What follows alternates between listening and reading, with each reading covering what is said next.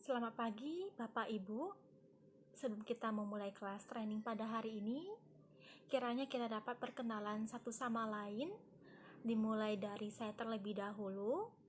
Perkenalkan, nama saya Sherly, saya merupakan BRO KCU Batam yang akan menjadi fasilitator Bapak Ibu pada training hari ini.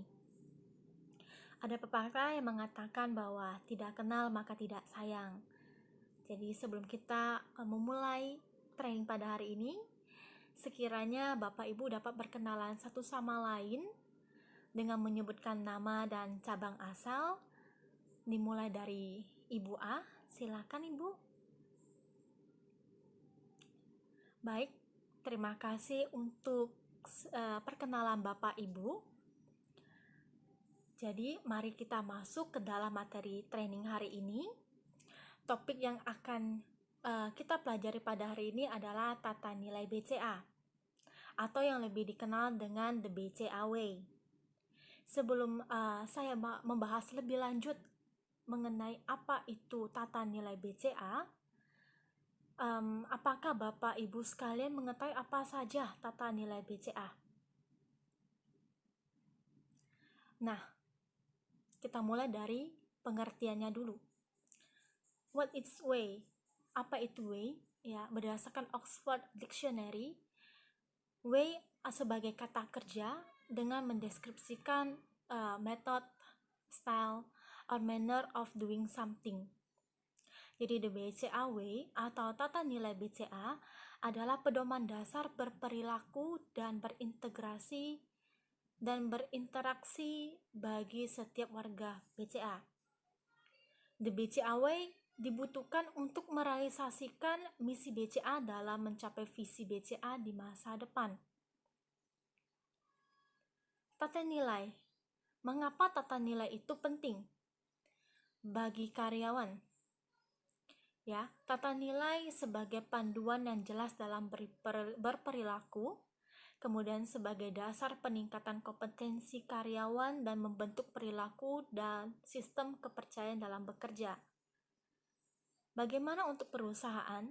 Ya, tata nilai sebagai landasan untuk mencapai tujuan perusahaan, sebagai pembeda identitas perusahaan dengan perusahaan lain, dan juga memberikan guideline dan batasan yang jelas bagi organisasi untuk menjalankan bisnisnya. Dan yang terakhir, tata nilai itu bagi nasabah atau klien kita, ya, sebagai sumber informasi mengenai internal organisasi, menjamin konsistensi dalam produk dan layanan yang diberikan perusahaan. Dan terakhir yaitu meningkatkan customer engagement antara nasabah dan perusahaan. Sebelum kita masuk mengenai apa itu tata nilai BCA, kita harus mengetahui lebih dulu apa itu visi dan misinya si BCA ini. Ya, visi BCA yaitu bank pilihan utama andalan masyarakat yang berperan sebagai pilar penting perekonomian Indonesia. Bagaimana dengan misinya? Misi pertama yaitu membangun institusi yang unggul di bidang penyelesaian pembayaran dan solusi keuangan bagi nasabah bisnis dan perorangan. Kemudian memahami beragam kebutuhan nasabah dan memberikan layanan finansial yang tepat demi tercapainya kepuasan optimal bagi nasabah. Dan terakhir, meningkatkan nilai franchise dan nilai stakeholdernya BCA. Tata nilai BCA diibaratkan sebagai sebuah pesawat, Bapak Ibu, di mana kepala pesawat sebagai simbol ujung tombak perusahaan yang mengarah pada penciptaan nilai dan kepuasan pelanggan. Inilah yang dikenal dengan nilai pertama, yaitu customer focus. Customer focus memiliki pengertian, yaitu perhatian atau kepedulian yang diikuti dengan usaha memberikan layanan untuk memenuhi harapan dan atau kebutuhan nasabah secara spesifik. Salah satu contoh yang Bapak Ibu dapat lakukan untuk nilai pertama ini adalah Bapak Ibu pasti menggali atau mengidentifikasi nasabah yang Bapak Ibu flag atau yang Bapak Ibu handle dan menggali kebutuhan nasabah tersebut secara cermat. Kemudian tata nilai kedua diilustrasikan sebagai tubuh pesawat yang berisikan misi yang dibawa, di mana tata nilai kedua ini yakni integrity ya, sebagai bekal yang harus dibawa untuk mencapai misi BCA atau misi perusahaan. Integrity memiliki pengertian yakni sikap yang teguh dalam menjunjung tinggi kejujuran dan keterbukaan yang diikuti dengan tindakan, konsistensi dan konsekuens pada peran dan tugas dalam berbagai situasi dan kondisi untuk membangun kepercayaan nasabah.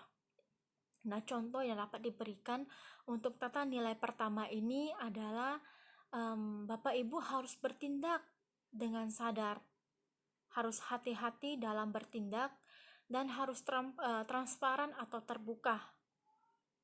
Kemudian tata nilai ketiga yaitu teamwork yang diilustrasikan sebagai sayap pesawat, sebagai penyeimbang jalannya pesawat, sebagaimana kita harus bekerja sama dalam sebuah tim untuk mencapai tujuan bersama perusahaan.